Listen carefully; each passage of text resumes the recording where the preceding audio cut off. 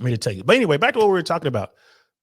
The red pill talks about this all the time, man. Scott Galloway is not a part of the manosphere. He's not, that's not someone you're going to find when you go down the red pill rabbit hole. He is just a guy out here who is seeing what I'm seeing and is in a position to put the word out there. Right. So these divorces and what's going on and how men are being treated, it's good to hear it from Scott Galloway. He was certainly on the left side of the spectrum. Let's continue. So guys are driven by aesthetics initially online, but they're less choosy. Oh, she looks cute, or she looks nice, or she looks like she works out. Swipe right, swipe right, swipe right. Women are choosier. In addition, we have this unfortunate trend in society where young men are falling further faster than in any time in history, and women, generally speaking, mate socioeconomically horizontally and up. I'm sorry, women mate horizontally and up socioeconomically, men horizontally and down. And the pool of men horizontal and up is shrinking. Meanwhile, and this is wonderful, no group of people has ascended faster globally than women. There are more women seeking tertiary education now than men globally. And when you look at some nations don't like women going to college, that's a remarkable stat. The number of women elected to parliament globally, the elected body, has doubled in the last 30 years. There are more women, single women in the US now that own homes than single men. There's going to be potentially nearly 2-to-1 female to male college grads in the next 5 years. Wow. And by the way, we don't want to do anything that gets in the way of that. That's amazing. But what we also have to acknowledge is that if we don't figure out a way to produce more economically and emotionally viable young men, we're going to have a lack of household formation. Because regardless of the Hallmark Channel movie you see, women, generally speaking, aren't interested in men who aren't aren't socioeconomically at the same level or superior to them. Interesting. We talk about it all the time, invisible men. Women don't see most men. So you got women coming out here doing way better than women have done prior to them. Again, like you said, we don't want to do anything to change it. That's great. Women, I'm glad y'all out there killing it. This is amazing. But if hypergamy is a thing, and I believe it is, and if women do in fact look socially, economically, horizontally, and up, they want men on their same level and above.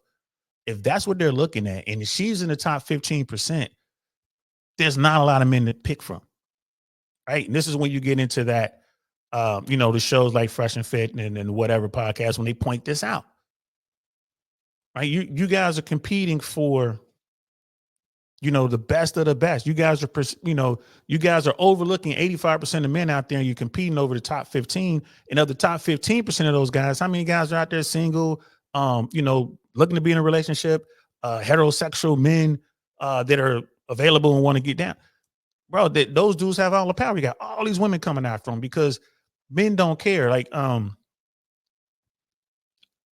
men will date a woman, like you said, who's just attractive, she's fit, she's fine.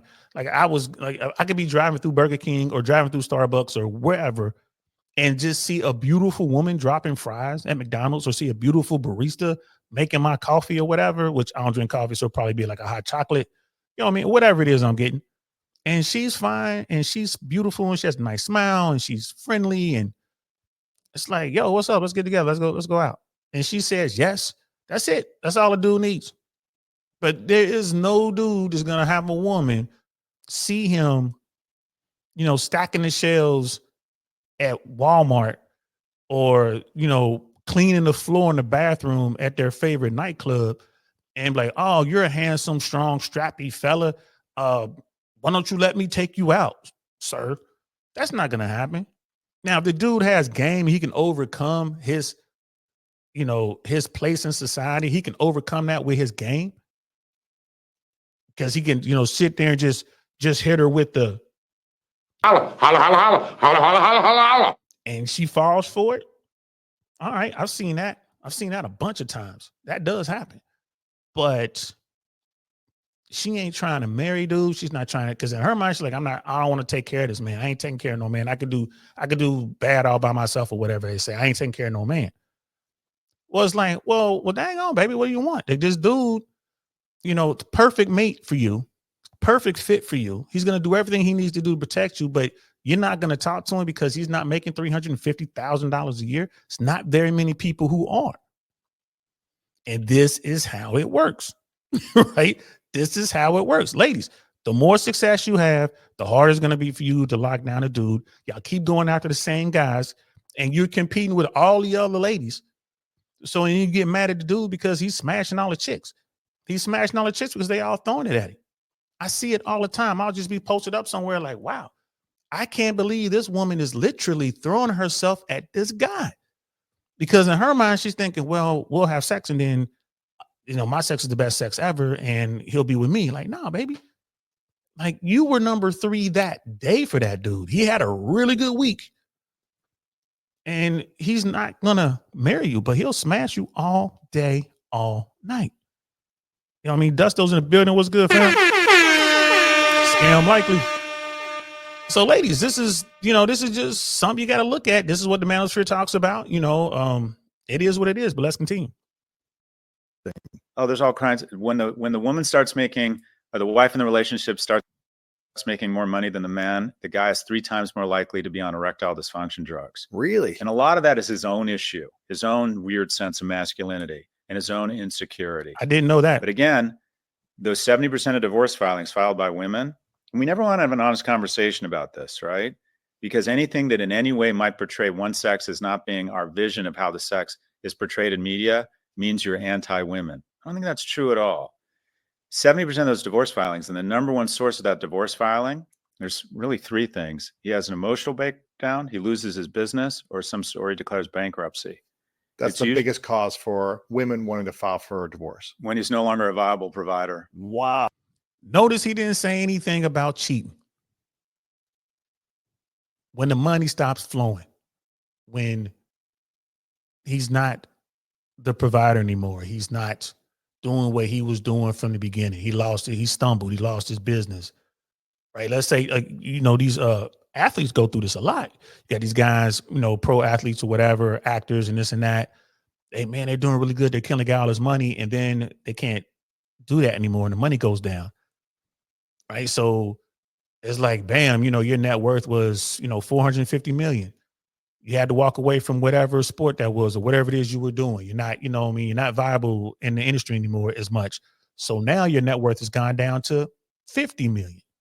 Man, that's still a whole lot of money, but there'll be women who will walk away from you because you can't just jump on the private jet and go to Miami anymore. You just can't jump on a first class, 747 flight or Airbus flight over to the Maldives anymore. You can't go out to the best restaurants every single day, every single night, 3, 4 times, 4, 5, 6 times a week or more.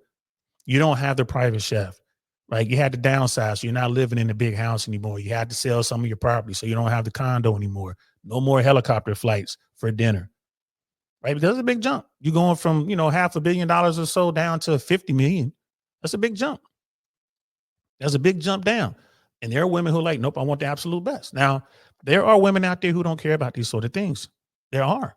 And that's what he's saying. There are a lot of good women out there. There's a lot of good dudes out there, right? But then there's some people out there, there's some bad actors on both sides, right? So 70 to 80%, look, and scam. This is Professor Scott Galloway. This guy is not red pilled, nowhere near it. No, he's not in that, not him, not this guy.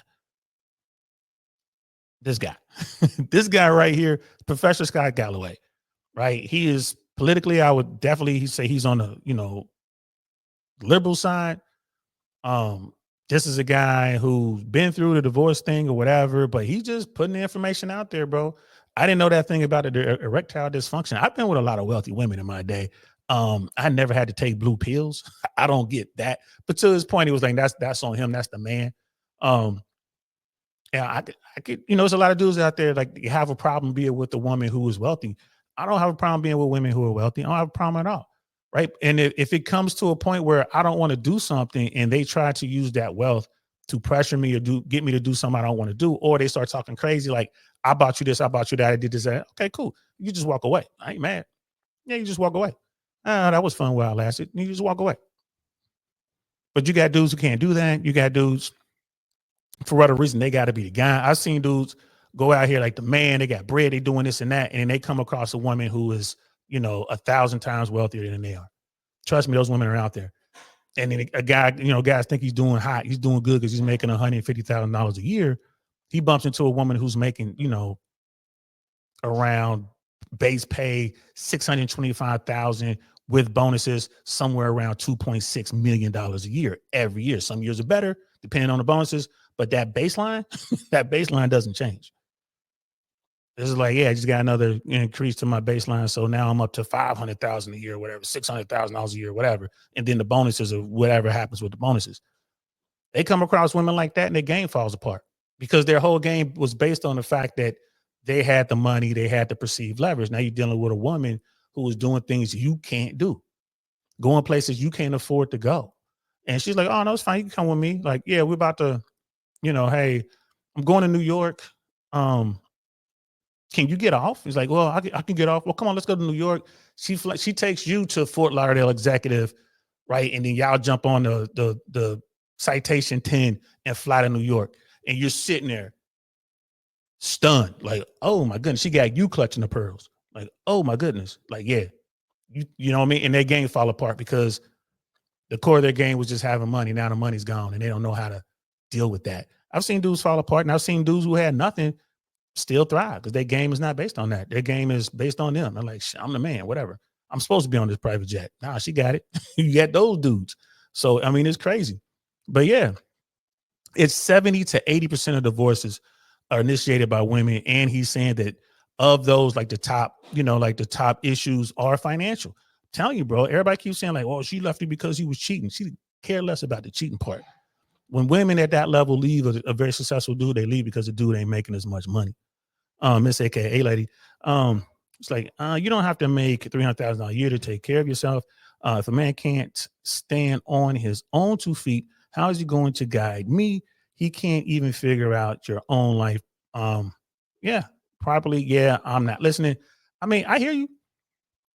I'm not mad. I mean, I don't have a problem with hypergamy. I don't have a problem with women who want the absolute best. I don't have a problem with a woman who's like, I'm not going to deal with a guy if he's not on my level. But you got to understand something. Look at Lisa Ray. What's the name of the other one? This, 60 years old now, talking about she's ready to get married. She was in Independence Day or whatever. What's her name, y'all? I can't think of her name, but you got her, you got Lisa Ray, you got these women out here, you got J-Lo, you got these women out here who are extremely successful financially. Lonely. So, and I had this conversation with women all the time. I'm like, well, if you got it and he's a good guy, yeah, Vivica A. Fox, thank you, sis.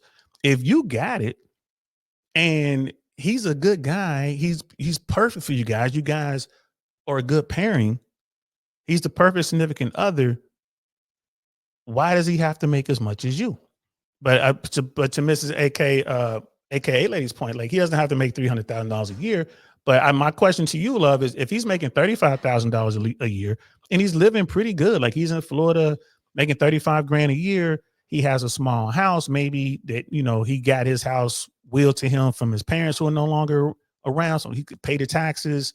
He has the house. He's making $35,000 a year. He's living within his means, taking care of himself, doing good.